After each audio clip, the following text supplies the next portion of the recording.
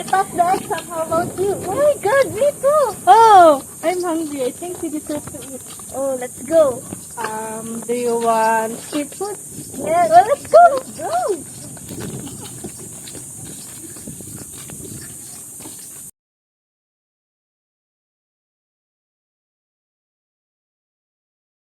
Do you want egg waffle? Yes, please. How about hot dog? Yes. Yum. Can I have some egg waffle and kikiam?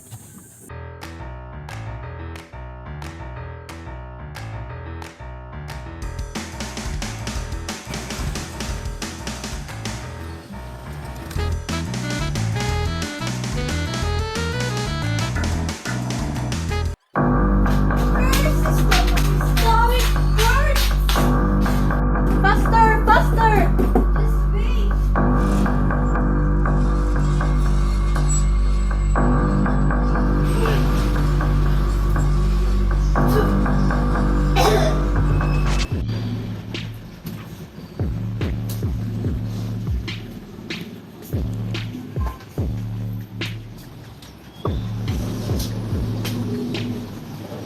Are you okay? No, I'm not. Me too. My stomach hurts so bad. What did we eat earlier?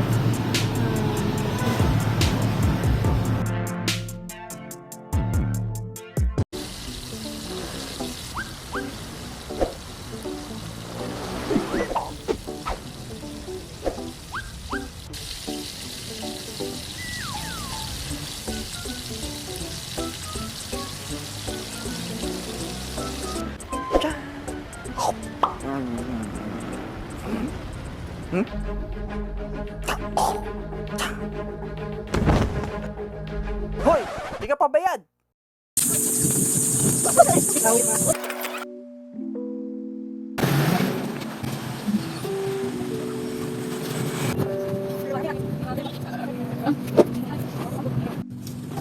I think it's time to consult the doctor. I think so. Let's go.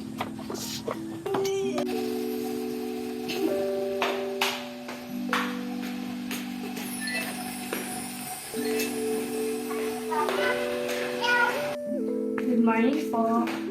Oh, good morning. Please sit down. What can I help you? Our stomach hurts so bad and I'm experiencing vomiting and nausea and I think I have diarrhea. Can you please state your name, ma'am? My name is Carla Santa Rosa and age 19 years old. And you are?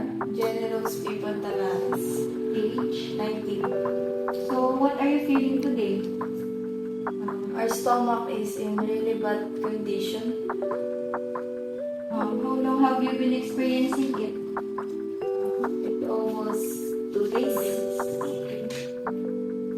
What was the last food you ate? Coffee and street foods. Junk food, soft drinks, and noodles. How many times do you defecate in a day? Think 5 times. Aside from experiencing stomach pain, ma'am, do you also experiencing vomiting or nausea, fever?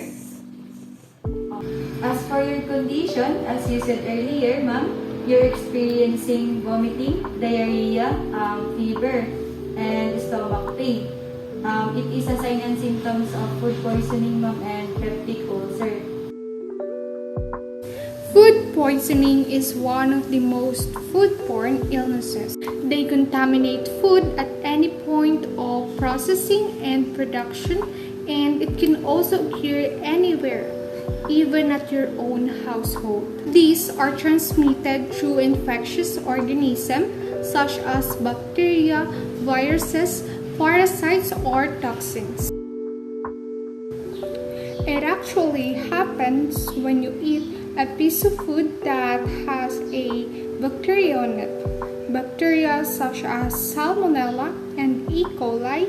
Sometimes these bacteria produce toxin that will upset your stomach or your gastrointestinal tract. And also, it can occur if food is improperly handled or cooked, not stored properly, left out for too long, and eating expired meals. There is a big possibility that you will transmit these bacteria.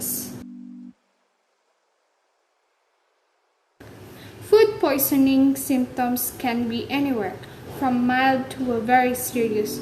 Your symptoms may be different depending on the germs you swallowed. So here are some common signs and symptoms of food poisoning. Here we have vomiting,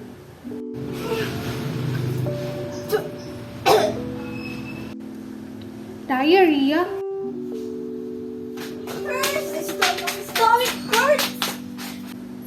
stomach cramps,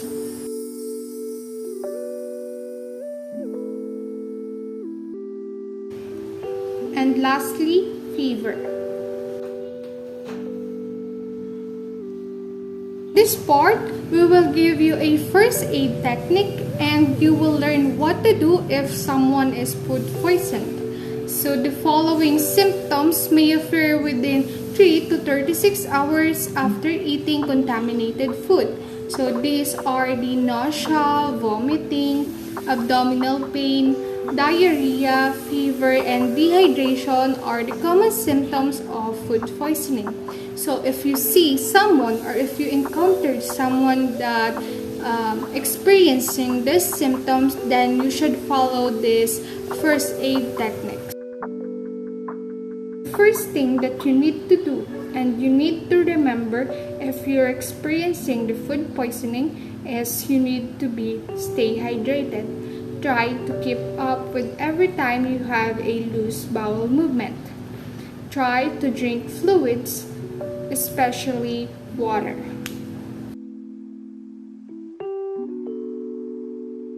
First, don't let the person take medicine with doctor's prescription.